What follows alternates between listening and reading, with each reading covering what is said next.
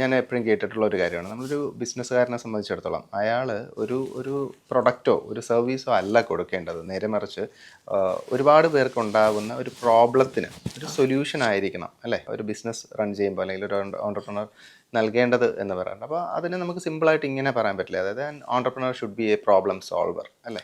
Definitely അങ്ങനെ പറയാൻ പറ്റും. അപ്പോൾ അതിനെക്കുറിച്ച് എന്താണ് നമുക്ക് കൂടുതൽ? ഇപ്പം നമ്മുടെ നാട്ടിൽ നിങ്ങൾ കണ്ടു കഴിഞ്ഞാൽ ഒരു കാര്യം നിങ്ങൾക്ക് മനസ്സിലാവും. നമ്മുടെ നാട്ടിൽ ഈ കുറേ സംരംഭകർ പുതുതായിട്ട് വരുന്നുണ്ടെങ്കിൽ പോലും വളരെ മോശമായ ചില പ്രവണതകൾ നടക്കുന്നുണ്ട്. അതിൽ ഏറ്റവും വലിയ ഉദാഹരണം, ഒരാളൊരു ബിസിനസ് ഒരു സ്ഥലത്ത് തുടങ്ങി സക്സസ് ആയാൽ പിന്നെ നിങ്ങൾ കാണാൻ കഴിയുന്നത് ആ ബിസിനസ്സിൻ്റെ മോഡൽ കോപ്പി അടിച്ച് അതങ്ങോട്ട് വലിച്ച് വാരിയിട്ടിട്ട് എല്ലാ ബിസിനസ്സും നശിപ്പിക്കുന്ന ഒരു സിനാരിയോ ഉണ്ട്. ഒരു പക്ഷേ അവരുടെ കയ്യിൽ ഫണ്ട് ഉണ്ടായിരിക്കാം. അങ്ങനെ നിങ്ങൾ ചെയ്യരുത്. ഒന്ന് നിങ്ങളും വളരില്ല, മറ്റുള്ള ഒരാളെ നശിപ്പിക്കുകയും ചെയ്യണം. ആ മോഡൽ നമുക്ക് എടുക്കാം, പക്ഷെ അതിനേക്കാളും എന്തെങ്കിലും വ്യത്യസ്തമായിട്ട് വ്യത്യസ്ത രീതി അവലംബിക്കുകയോ, അതായത് പ്രൊഡക്റ്റിൽ ഇന്നോവേഷൻ കൊണ്ടുവരിക, പ്രോസസ്സിൽ ഇന്നോവേഷൻ കൊണ്ടുവരിക ചെയ്തുകൊണ്ട് വേണം ചെയ്യാൻ.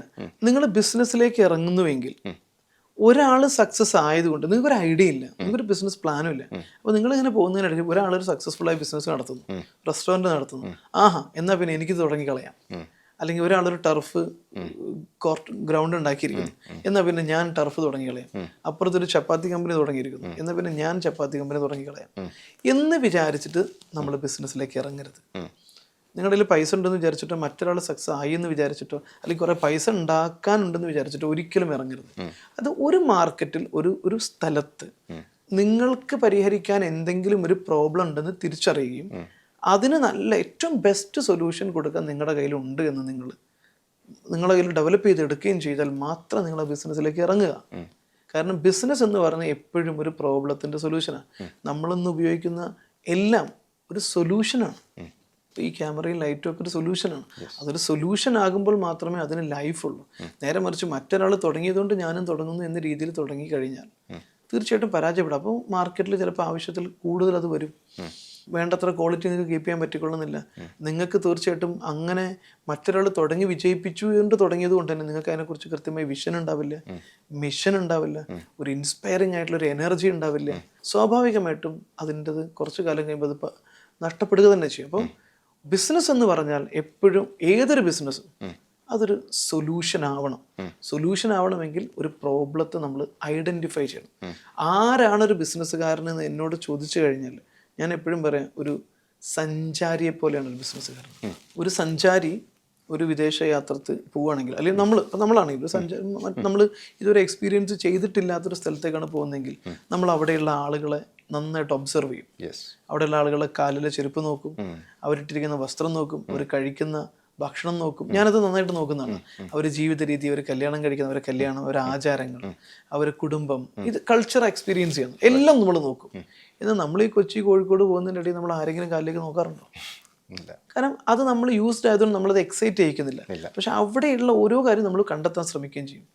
ആ സഞ്ചാരിയെ പോലെയാണ് ഒരു ബിസിനസ്സുകാരൻ തനിക്ക് ചുറ്റുമുള്ള പ്രോബ്ലം തിരഞ്ഞു നടക്കുന്ന ആളായിരിക്കണം. എന്ത് പ്രോബ്ലമാണ് ഇവിടെയുള്ളത്, എനിക്ക് പരിഹരിക്കാൻ പറ്റുന്ന എന്ത് പ്രോബ്ലമാണ് ഇവിടെയുള്ളത് എന്ന് നോക്കി നടക്കുന്ന ഒരാളായിരിക്കണം ബിസിനസ്സുകാരൻ. അല്ലാതെ സക്സസ്ഫുൾ ആയ ബിസിനസ് ഏതാണ് ഇവിടെ, അത് കോപ്പി അടിക്കാം എന്ന് നോക്കി നടക്കുന്ന ആളാവരുത്. നിങ്ങൾക്ക് പരിഹരിക്കാനുള്ളൊരു പ്രോബ്ലം ഉണ്ടെങ്കിൽ ആ പ്രോബ്ലത്തിനുള്ള നല്ല പരിഹാരം നിങ്ങളുടെ കയ്യിലുണ്ടെങ്കിൽ അതൊരു ബിസിനസ് ആക്കി എടുക്കുക. അത് നന്നായിട്ട് പഠിക്കുക, പ്രോബ്ലത്തെക്കുറിച്ച് നന്നായിട്ട് പഠിക്കുക. തീർച്ചയായിട്ടും അങ്ങനെയുള്ള ബിസിനസ്സുകളെ വിജയിക്കൂ. ഒരുപക്ഷെ നിങ്ങൾക്ക് പല ബിസിനസ് നമുക്ക് കാണാം, ഓയോ അങ്ങനെയുള്ള സംഗതികളൊക്കെ ഇപ്പം ഇൻ്റർനാഷണലി ഓൾറെഡി ചിലപ്പോൾ ഒരു മോഡൽ എന്ത് ചെയ്തിട്ടുണ്ടാവും, സക്സസ്ഫുൾ ആയ ഒരു പ്രോബ്ലം പരിഹരിച്ചിട്ടുണ്ടാവും. ഇന്ത്യയിൽ ആ പ്രോബ്ലം പരിഹരിച്ചിട്ടില്ല എങ്കിലും ഇന്ത്യയിൽ നിങ്ങൾക്ക് തുടങ്ങാം. പക്ഷെ അതിന് കോപ്പി ആവണം എന്നുള്ളതല്ല, കോപ്പി ആയാലും ഇല്ലെങ്കിലും അതൊരു പ്രോബ്ലത്തിനുള്ള സൊല്യൂഷൻ ആവണം. ആ പ്രോബ്ലം ഇല്ലാത്തടത്ത് പോയിട്ട് നിങ്ങൾ വെറുതെ ഒരു ബിസിനസ് മോഡൽ തുടങ്ങി കഴിഞ്ഞാൽ വിജയിക്കാനുള്ള സാധ്യത കുറവായിരിക്കും. അതുപോലെ അങ്ങ് പറയുന്നത് ഞാൻ കേട്ടിട്ടുണ്ട്, പ്രതിസന്ധികൾ നിറഞ്ഞു നിൽക്കുന്നത് ആദ്യത്തെ ചുവടുവയ്പ്പിലാണ്, അല്ലെങ്കിൽ ആദ്യത്തെ ആ ഒരു ഇനീഷ്യൽ സ്റ്റേജിലാണ്, പിന്നീട് അങ്ങോട്ട് കുറച്ച് ഈസി ആയിരിക്കും എന്നുള്ളത് അല്ലേ? അതെ. ഇപ്പം നമ്മുടെ മലയാള സിനിമയിലൊരു യങ് സൂപ്പർ സ്റ്റാർ എന്നൊക്കെ പറയുന്ന, അല്ലെങ്കിൽ ഡയറക്ടർ പ്രൊഡ്യൂസറൊക്കെ ആയിട്ടുള്ള ശ്രീ പൃഥ്വിരാജ് സുകുമാരൻ, അദ്ദേഹം ഒരു ഇൻ്റർവ്യൂവിൽ പറയുകയുണ്ടായി, ഈ എത്തിപ്പെടണമെന്ന് ആഗ്രഹിക്കുന്നിടത്ത് എത്തിപ്പെടുന്നതിലല്ല, അത് കമ്പാരിറ്റീവ്ലി ഈസിയാണ്.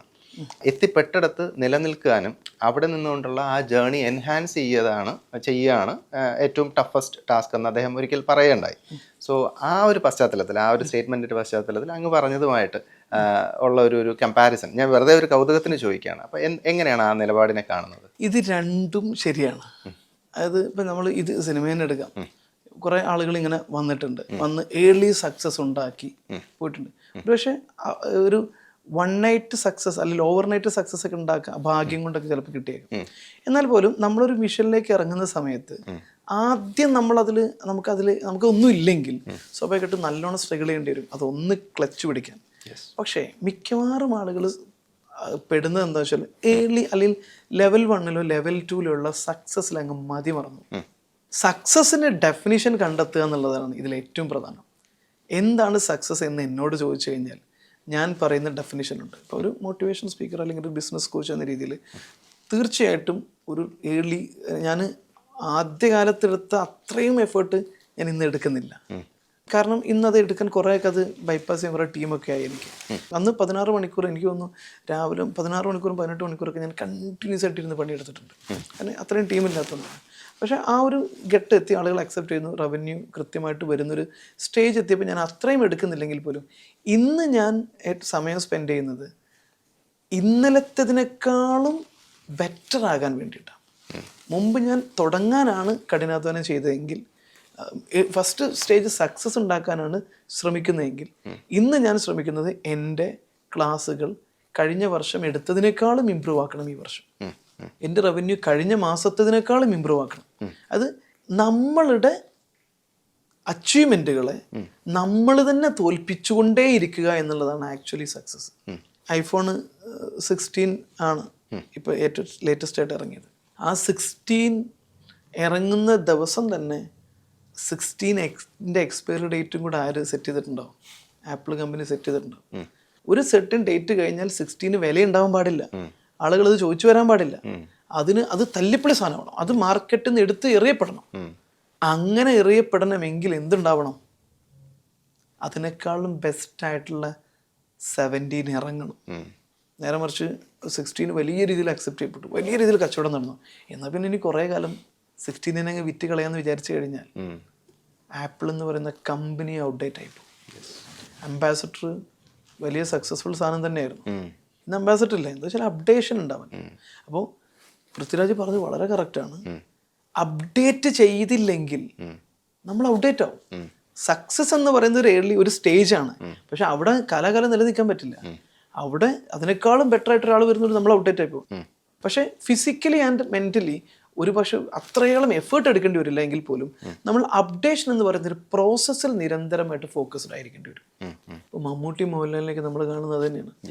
ഒരുപാട് ആളുകൾ വന്നു പോയെങ്കിൽ പോലും കഴിഞ്ഞ 40 കൊല്ലമായിട്ട് 40-45 കൊല്ലമായിട്ട് അവർ ഇൻഡസ്ട്രി ലീഡ് ചെയ്യുന്നുണ്ടെങ്കിൽ നിരന്തരമായിട്ടുള്ള കഠിനാധ്വാനവും നിരന്തരമായിട്ട് അവരെ തന്നെ പരിപോഷിപ്പിച്ചെടുക്കാനുള്ള പഠനങ്ങളും റിസർച്ചുകളും ഒക്കെ തന്നെയാണ് അത് എത്തി നിൽക്കുന്നത്. അല്ലെങ്കിൽ എപ്പോഴും എടുത്തെറിയപ്പെടും. സോ രണ്ടും പ്രധാനമാണ്. ഇനീഷ്യൽ സ്റ്റേജിൻ്റെ എഫേർട്ട് തീർച്ചയായിട്ടും നമ്മൾ ഫെമിലിയർ ആവും. അപ്ഡേഷൻ പിന്നെ വിചാരിച്ചു കഴിഞ്ഞാൽ നമുക്ക് നടത്തും. പക്ഷെ ആളുകൾ പരാജയപ്പെടുന്നതെന്ന് വെച്ചാൽ മടിയന്മാരായിട്ട്, അല്ലെങ്കിൽ ആ സക്സസിൻ്റെ കംഫർട്ടിൽ അവർ കുരുങ്ങിക്കിടക്കുന്നുണ്ട്. പൃഥ്വിരാജ് സെക്കൻഡ് സ്റ്റേജിൽ പറഞ്ഞത് കംഫർട്ട് സോൺ കണ്ടിന്യൂസ് ആയിട്ട് ബ്രേക്ക് ചെയ്യുന്നതിനെ കുറിച്ചാണ്. ആ കംഫർട്ട് സോൺ ബ്രേക്ക് ചെയ്തുകൊണ്ടിരുന്നു കഴിഞ്ഞാൽ മാത്രമേ അത് നമുക്ക് കീപ്പ് ചെയ്യാൻ പറ്റുള്ളൂ.